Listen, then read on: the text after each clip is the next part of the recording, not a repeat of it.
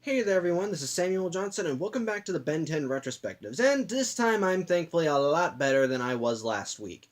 I've gotten over most of whatever I caught, and not completely as I still have a cough, but my throat doesn't hurt, my head is clear, so I'm raring to go, and today we're going to be discussing the very first Ben 10 movie that was made for the series, Ben 10 Secret of the Omnitrix. And as I just said a million times last week, as you can probably guess, for the purposes of this vlog, I'm only watching one version of the movie.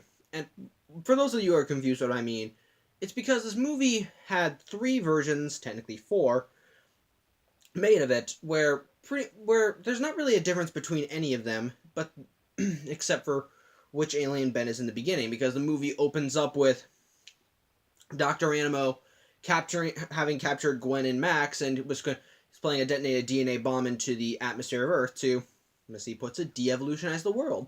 And the difference between all three of these versions of the movie are what alien Ben goes to stop him. In the original version, which has been dubbed the red version, Ben is Heat Blast. In the blue version, Ben is Accelerate, but in the gold version, which was the second alternate version made, Ben is Eye Guy, that was Eye Guy's first appearance, and that is why I said a million times last week, and pretty much in other vlogs, that I'm not going to be looking at Eye Guy's first appearance, because Eye Guy's first appearance was in the gold version of Secret of the Omnitrix. So, since I'm only looking at one, and red was the original version, I just watched that one. So, again, apologies in advance. But anyway, as I just said, the movie opens up with Ben stopping Animo from doing his evil things. He's rigged a DNA bomb up to a nuclear reactor, and he's going to launch it into the atmosphere to de-evolutionize the world, and Ben comes in to stop him and save his family. He fights out with one of Dr. Animo. Everything's pretty much going the way you would expect. He's fighting one of Dr. Animo's mutations, a giant bug this time, but Animo admits that... Sorry, saliva. But Animo admits that regardless of Ben's power, he's not going to be able to he won't be able to break the casing around the nuclear reactor. So Ben decides to go to the other extreme. If he can't shut it down, turn it up. So again, depending on the version, Ben hits a weak point or turns some valves on the reactor, which causes it to overheat and causes Animo's device to overload, which stops it, but it causes the machine to send out a DNA wave. Max and Gwen are able to get to cover so that it doesn't affect them, but the wave hits Ben head on, and when it does, it causes the Omnitrix to go nuts, and it transforms Ben back to normal. Of course, everyone thinks that Ben's fine, so nothing's wrong, but once he's back to normal and Animo gets away, the Omnitrix starts acting a little weird, as it starts glowing orange, and we actually get an interior view of the inside of the Omnitrix, and we see it go from regular green to a red as things look like they're overheating. But while on the outside, the Omnitrix briefly flashes between green and orange, and since it settles on green, Ben decides to use it anyway to catch Animo, rather than thinking of the consequences. And while he is able to catch Animo with the help of Gwen or Max. Sorry, sucking on a cough drop. That's not the last they hear of the Omnitrix, when they go to a mall to celebrate Gwen's choice. The Omnitrix starts freaking out as in the Omnitrix dial, two little orange rings appear, and the Omnitrix winds up freaking out and launching Ben right into Gwen, and likewise into a store clerk, which somehow gets them banned from the entire mall. I don't know how. Just, it does. So, anyway, of course, Gwen is furious, but later that night, as everyone's resting, because no one seems to question it, because the Omnitrix does weird stuff like this all the time, a ship lands near the rust bucket. The Tennysons go to investigate, and it turns out it's... Sorry about that. My dog wants to really be in these videos, even though he's not supposed to. Sorry about that, everyone. I'm trying to let me readjust this. Okay, guess that's gonna be good enough. Anyway, so so the ship belongs to Tetrax, who is here after pretty much three, technically four, because he was in the beginning of season 1, seasons of not appearing, and he states that the reason he's here now is because he picked up on the SDM signal in the Omnitrix, which Max, of course, figures out means self-destruct mode. As it turns out, when the Omnitrix got hit by the DNA wave, it activated something in its thing, and Ben was the one that kind of put the final nail in the coffin when he transformed. And the reason the watch is going nuts is because it's been set to self-destruct mode, and Tetrax warns Ben that when it goes up, so will Ben. So there's a major crisis. They have to find a way to and Tetrax says they have to find a way to turn the Omnitrix off to be able to save everything. But of course, Tetrax admits he doesn't know how to do it, and that the only other person in the universe who might have an idea of how to is the Omnitrix's creator, Azimuth. Though the tales on Azimuth are sketchy, so Tetrax says he has to take Ben into space. They got to go find him. So Ben is pretty much excited about this because he's going to space, but of course Max is worried. Ben, however, is being more overconfident because, well, despite the dangers, they've always won, so things should be nice. So Ben gets on Tetrax's ship. They go flying into space, and it turns out that while no one was looking, and I'm kind of questioning how she was even able to do in the first place, Gwen had snuck aboard Tetrax's ship, so she's along for the ride, and along the way they pick up an alien. And along the way, they pick up an alien by the name of Myax, who's the same exact race as Vilgax, who is apparently Azimuth's assistant at one point, but then went to prison because that's where they find her, a prison planet. But it turns out that at the same time they're all doing this, Vilgax is back, somehow gotten out of the null void. According to the trivia version, it's because he found a back door. Essentially, he has hijacked a ship, and he is and his drones have also picked up on the Omnitrix self-destruct signal. So he's aware that Ben is in space. He's going after him, and along his trip, he also picks up 6-6 from the same prison planet that the group picked up Myax. And so, pretty much, it becomes a race against the clock, as they have to as Ben, Gwen, Tetrax, Myax, and the pilot of Tetrax's ship Gluto, which is a giant blob alien, have to find Azimuth and find a way to deactivate the Omnitrix before not only Vilgax catches them, but before the Omnitrix self-destructs. Because there's also another little tidbit that it gets dropped by Myax. It turns out that Myax nudges it, but Tetrax is the one that ultimately says it. It turns out that the Omnitrix won't just destroy Ben when it blows up. It turns out that with all the energy built up inside it, when the Omnitrix goes up, it will cause an energy ripple that will literally rip apart the universe and destroy and pretty much kill everybody. It will pretty much kill everyone when it goes off. So, yeah, it pretty much raises the stakes there. Yeah. That's pretty much as much as I can get into the plot for now. I will get into other spoiler territory later, but for now, that's pretty much the general plot for this movie. The Omnitrix is going into self-destruct mode. They gotta turn it off, and that actually becomes that feeds into actually one of the subplots that this movie has, namely the fact that in order to stop the self-destruct mode, Tetrax says they have to turn the Omnitrix off, like completely deactivate it. Meaning that Ben won't be able to go hero anymore after this, which of course Ben isn't happy with. This is one of the conflicts in the movie that I think works. In the movie, pretty much throughout the movie, Ben does want to turn off the self-destruct mode because of the implications that can come from turning it off. Because the implications of it, but Ben doesn't want to lose his powers because he believes that without those powers, he's useless. He's a normal kid. He can't do anything.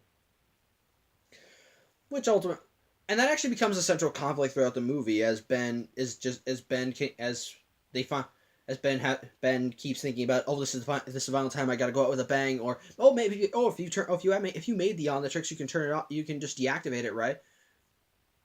It actually is a conflict that, while not really thrown out there a lot, it really is. It is there, and which kind of also works in contrast with another plot line that I think doesn't work. It's a plot line that which is a plot line that involves Ben's selfishness. Which is one, like, for example, Tetrax initially tells Ben that the Omnitrix will destroy him and no one else, because he believes that Ben would be more concerned with what would happen to him rather than everyone else. To which Ben points out that why wouldn't he be worried about everyone else? He used the Omnitrix to help people, save lives. Which Tetrax points out that why he is he helping people because that's what he likes to do, or does he just like help, or does he just do the hero thing because he just likes a thrill?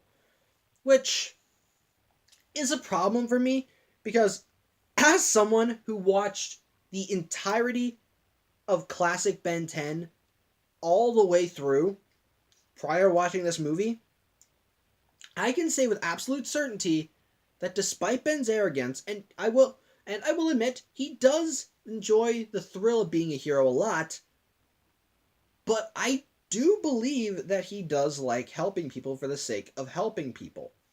It was something that was established as early as the first episode, when Ben was defending this random kid from Cash and JT when he was being bullied, and when he does get the Omnitrix, he actually did. One of the things he talks about is that if he can find out how to make the thing work, he can actually help people instead of just making things worse. That is one of Ben's central character moments. He does do this hero thing he does do that. He is arrogant when he does this stuff, and there are episodes where they push up the arrogance, where he thinks, oh, I'm the hero here, I don't need help, yada yada yada. They do push that up, but they don't state that he does the hero thing out of maliciousness, or the fact that it's just something he can do. He actually does enjoy using his powers to save lives, something that they really do hammer in throughout the series. There are even moments where he has done stupid things that could have cost him his life, but he did it because it's the right thing to do. He's the hero. He saves people. There are moments in the series where that's happened. Hard to think of them, actually. Charmcast. Oh yeah. Well, there is Charmcast. Right, the moment in the I'm trying to remember the name of the episode. Change of Face. While he did do dumb things, he actually was concerned for. He actually did listen. When he was concerned, he did listen. There are episodes where he said. There are episodes where he is very concerned. There's episodes where he's concerned with everyone else. He wants to be. He actually. There are moments where the stakes are raised. That even though the Ghost Freaked Out episode, the whole reason he wasn't going after Ghost Freak was because he knew this guy was a threat, and it wasn't just him thinking, I need glory. I didn't know. It was established throughout the series that despite Ben's arrogance, he's a hero because that's what he likes to do. Because he thinks that it's the right thing. And the fact that this movie is saying that, hey, maybe he does this because he just likes being, and maybe he does this because he just likes having the thrill, is dumb. It's a dumb conflict that I don't think actually adds anything, and I think was just thrown in to point out that, oh yeah, Ben's arrogant. That's something we know already. Which, speaking of, that's actually something that this movie also does point out to make it seem more epic. Ben's arrogance. As I mentioned before, Ben is worried about losing his powers, but in the beginning, it's not really essential. It doesn't really seem like anything that he doesn't really seem concerned about it. Something that even Max points out to him. Ben admits to Max that he's obviously gonna have that.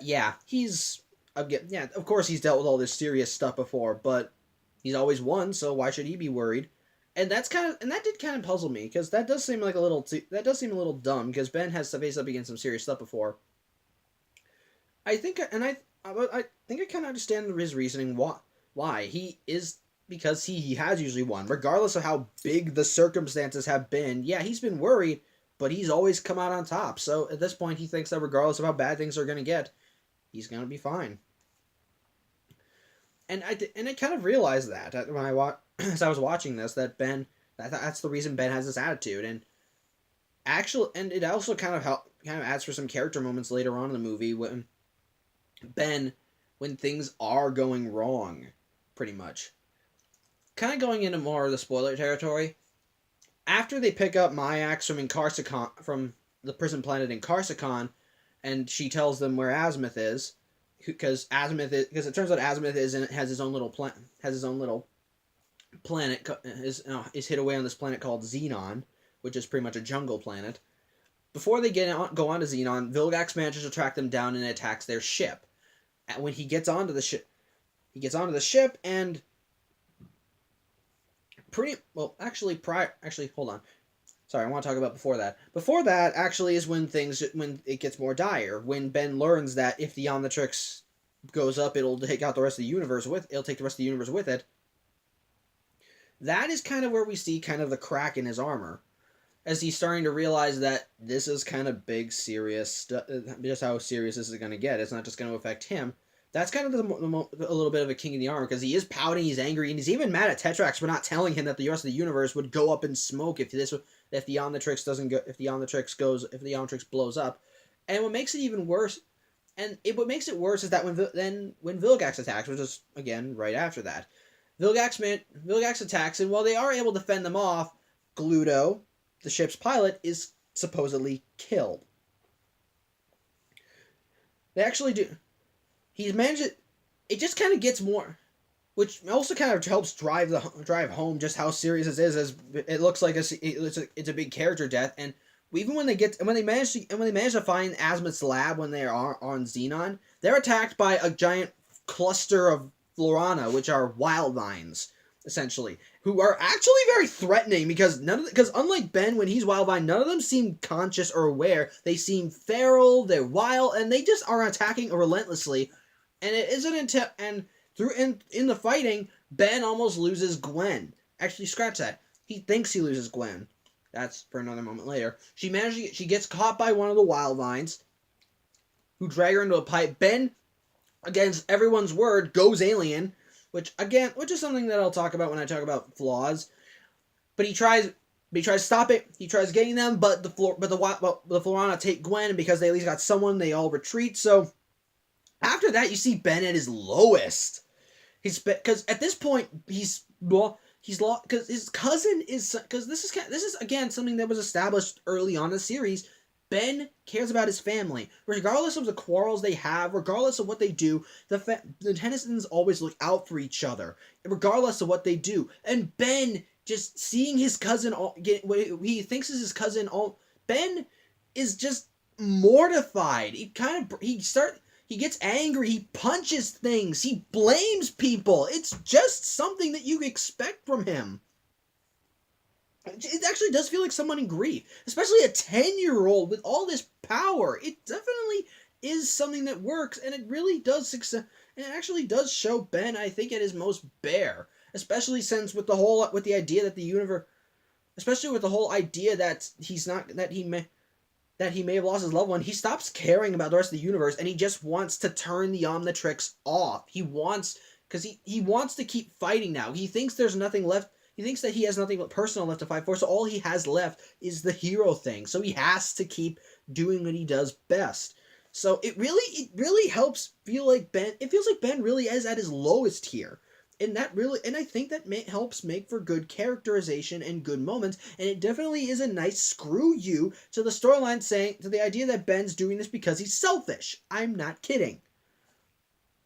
And while I am speaking about flaws, there is one that the movie has that it kind of adds to the drama, but at the same time it does help it, but it is something that you would notice. One of the things that they established early on in the first third of the movie is how the self-destruct works. As when Tetrax appears, he says that by the patterns in the Omnitrix, which are those orange rings I mentioned, that the Omnitrix is going to explode within 4 Earth days. So they've got to make the use of whatever time they have. However, when Tetrax and Ben are on the ship and are scanning the galaxy for Azimuth's DNA signature, or at least what they think is Azimuth, because they managed to find on the back of the Omnitrix, they get an intruder alert. So of course Tetrax arms himself and Ben goes alien. Of course it turns out to be Gwen, and after Ben transforms back, they realize when the Ben transforms back, Tetrax notices that the Omnitrix has the countdown is sped up as more patterns have appeared. So, and after investigating, they discover that whenever that in the state that the Omnitrix is in, the more Ben uses the Omnitrix, the more the self-destruct countdown will accelerate. Meaning that unless the situation absolutely demands it, Ben can't go hero. I'm gonna let that sink in again. In a show called Ben 10, a show about a kid who can transform into all these, whose gimmick is that it's about a kid who has a watch that can transform him into all these various aliens and superheroes. In this movie, they're saying he can't go alien. That is a problem. And it is something that they have to stick to. And admittedly, it does lead to some good character moments. Because as I mentioned, when Gwen was kidnapped in that moment, he's told that he can't go alien. But at this point, he doesn't care because his family is at stake. So of course he's denying that. And even when he thinks that she is dead, and when they do manage to find Azimuth, when they're turned away, Ben goes alien again to just try and get into his base. That also exemplifies that his anger and frustration, knowing that the fate of the universe, that if he uses this thing, the universe could die, but he's more concerned with turning this thing off rather than what can happen. But this is something they really do stick to their guns with, as after learning of the self-destruct, Ben only does go alien 3 times before they manage to get the Omnitrix off. The first time is in Karsakon when they're in there because that's how they meet Myax. Ben mistakes her for Vilgax because she was wearing a hood and all he saw were her tentacles. I'm sorry about the camera shaking. My dog is still on my bed. So he goes upchuck to fight her. The second time is Forearms when the Florana attack, and again the third time is when he tries breaking into Azimuth's base by going Cannonbolt.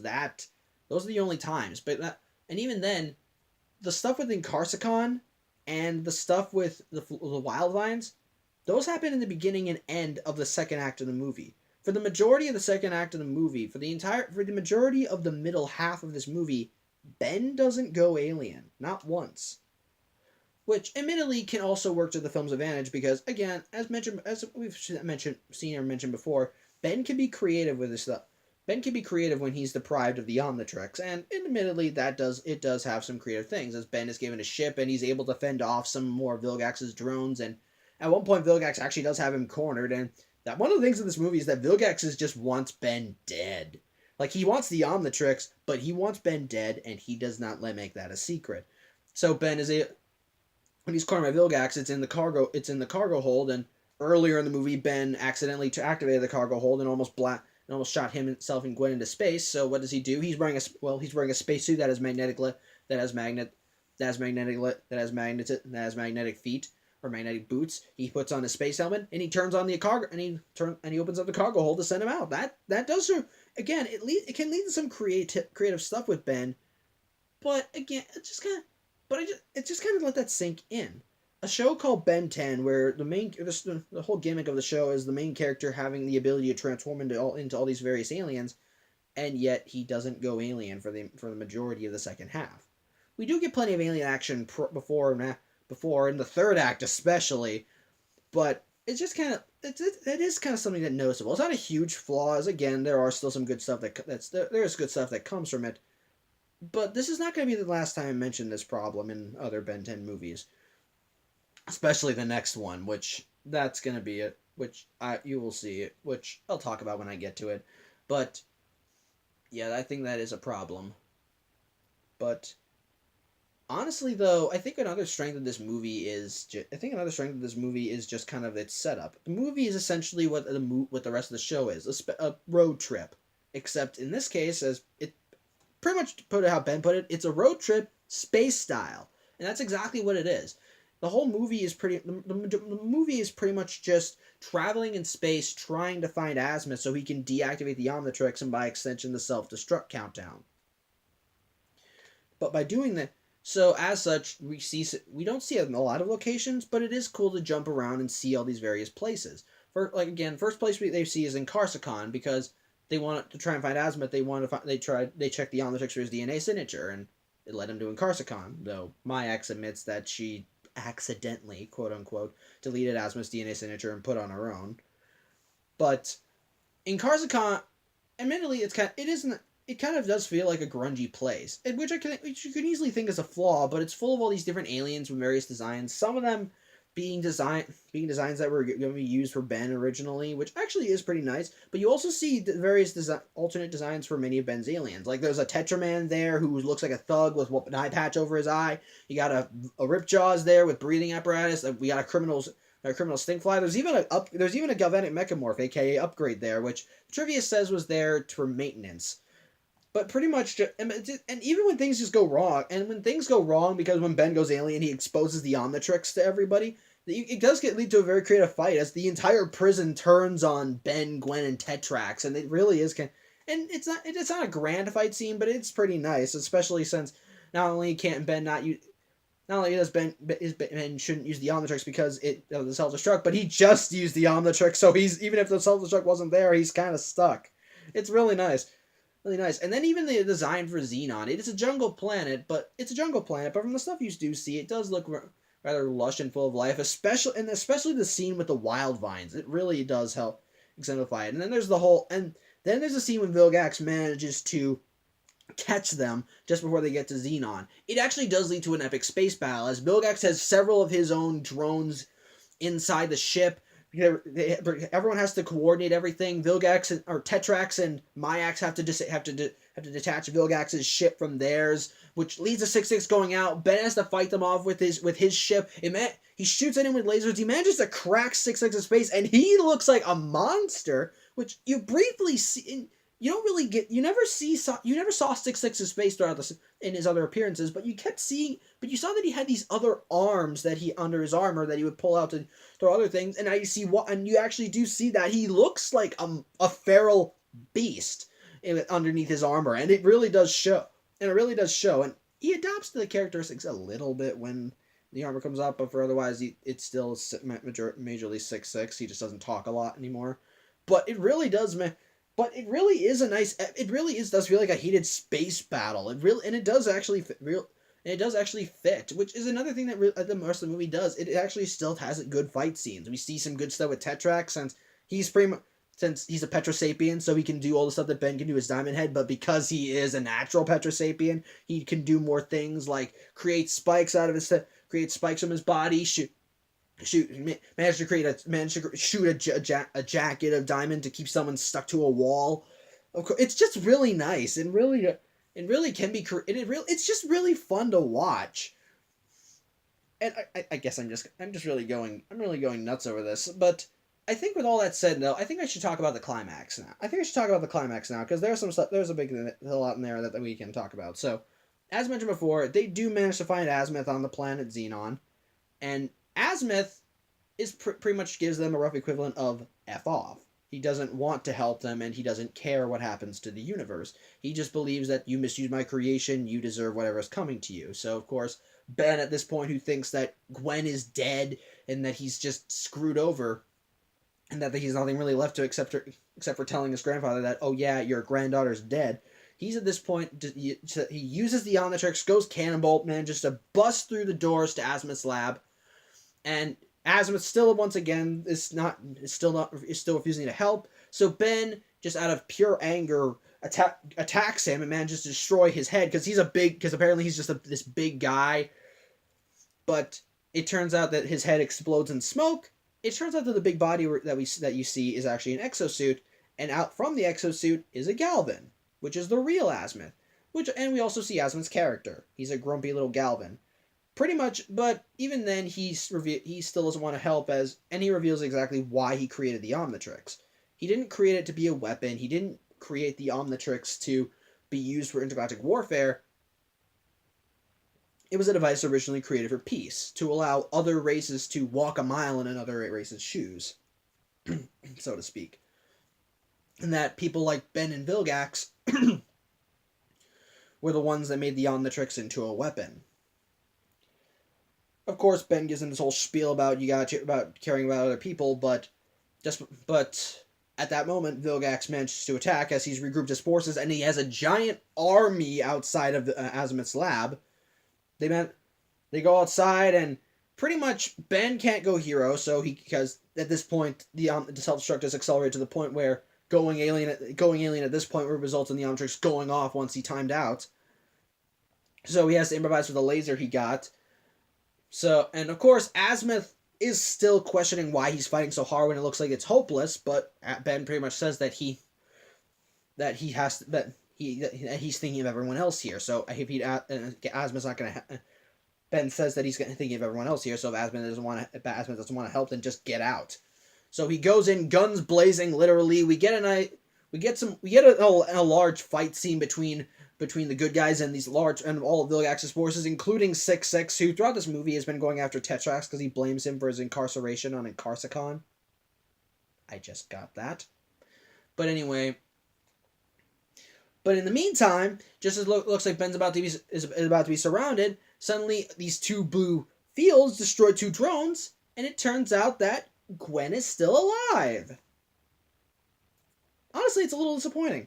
I'm not saying I hate Gwen. I don't hate Gwen. It's just that when you have a nice serious moment, it's just that when you have a big serious moment where Ben feels like he's gonna have this big moment, maybe it's a little disappointing. But on the other hand, it's a show for kids, and I don't know if they would really do. And you don't really think that. And honestly, you don't really want a 10-year-old to die.